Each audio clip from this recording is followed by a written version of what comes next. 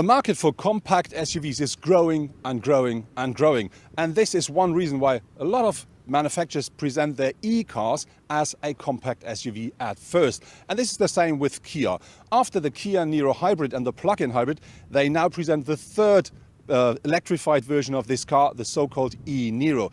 This is the car we're going to drive today, and we're going to find out how it drives, what else can it deliver, and more important, will it really reach more than 450 kilometers of maximum range?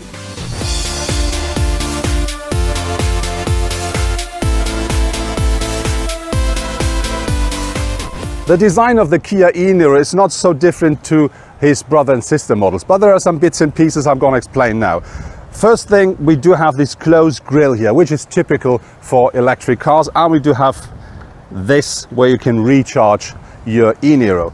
Another difference is this blue part down here at the air intake, and you're going to find these blue elements here at the daytime running lights as well. Important is the car comes as standard with alloy headlamps, which I think is a bit quirky because this is an electric car, but from the second trim level onwards you can order LED headlamps as well. From the side, the Kia e-Niro is not different than all the other Kia Niro models. Very important here with the cars, it comes as standard on 17-inch alloy wheels, but the rest of the car looks like the typical compact crossover. We do have these claddings around the wheel arches, and we do have a bit more of ground clearance. At the rear of the car we do find again these blue applications here and there, which we already know from the front, and of course we have the same color here at the Eco Electric sign, which definitely say this is an electric car. The rest of the car looks as the standard Niro, but important is the car features LED taillights, and they have the same light signature as the hybrid versions of the Niro.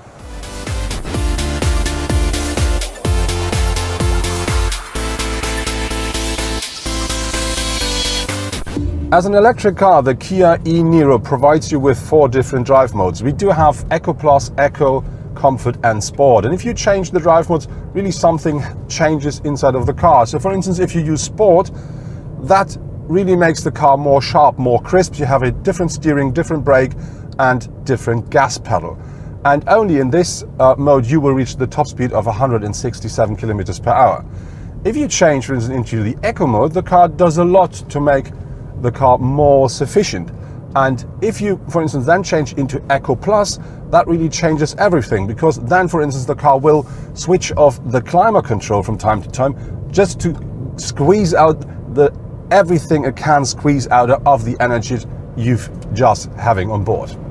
The Kia e-Niro comes quite well equipped, so even the base model of the car is featuring a adaptive cruise control with a traffic jam assist. It also is featuring a climate system, and you do have a 7-inch touchscreen here at the center console. You can have 8-inch, but then you have to pay extra. And you do have this digital cockpit here. It looks a bit like standard round clusters, but it is not. These are full digital screens, and they really provide you with all the information you need while driving the car. The materials and the craftsmanship inside of the Kia Niro, I think they are very, very nice. You do have loads of soft touch like up here, but of course you do have some of the plastic stuff like down here. But I think more important is that it all looks very nice and it doesn't make any scratchy sounds. And what I really like is that you can't just with your eye say this is soft touch or this is plastic. It all looks the same, so all, I think, on a very high level. There are 2 different powertrains available for the new Kia e-Niro. The smaller one is a 100 kilowatt engine combined with a 39.2 kilowatt hour battery. The bigger one, the car we're driving, is a 150 kilowatt engine combined with a 64 kilowatt hour battery. Kia says the car should have a range fully charged from 455 kilometers with an average drive. And important, there is a so-called city cycle they offer, and then the car should do more than 600 kilometers. The smaller version with a smaller battery only offers a little less than 300 kilometers. Our Kia e-Niro is featuring the more powerful version of a powertrain. That means we do have 150 kilowatts or 204 horsepower on board, and that is combined with 395 newton meters of torque. And with this, inside of this small car, you can really drive the car from very easy and smooth up to really quite sporty. And the limitation of sportiness in this car comes a bit more from the suspension and the, let's say, quite small wheels instead of the powertrain. Our Kia e-Niro should take 15.9 kilowatt hours per 100 kilometer driven. We will see where we're going to end at the end of the day, but actually we're having a consumption of about 16.3 kilowatt hours per 100 kilometer driven.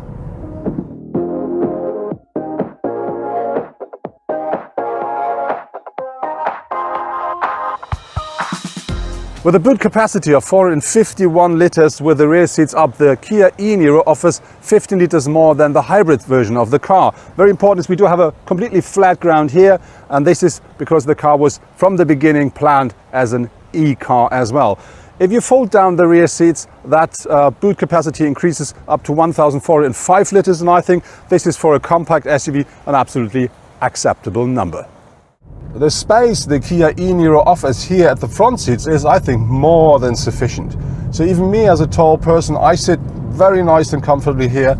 I do have enough head space, but it is at the end of the line, let's say. So it's not good if I would be just 1 centimeter longer. But this is, I think, because of the sunroof. So if you're a tall person, you want to buy one of these cars, you should better try to buy that one without the glass roof, because that gives you the extra bit that you need. But on the other hand, I sit very comfortably. I can adjust the steering wheel the way I want, so you can really have the car under nice control. So I think even for tall persons it's very nice. And if there's enough space behind me, we're going to find out that by having a short stop.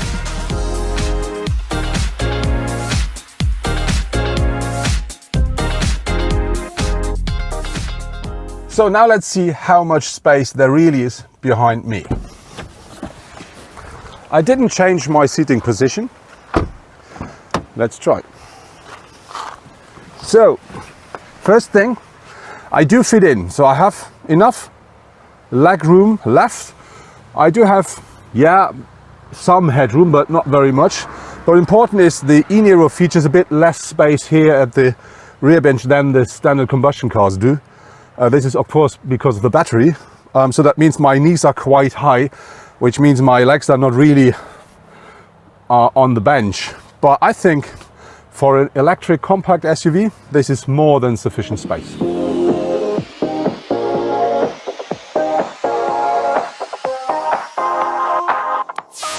That was my first test drive in the new Kia e-Niro, and what I really liked with the car is that only at the second look you will realize this is an electric car, and the car offers more than enough space and it drives really well.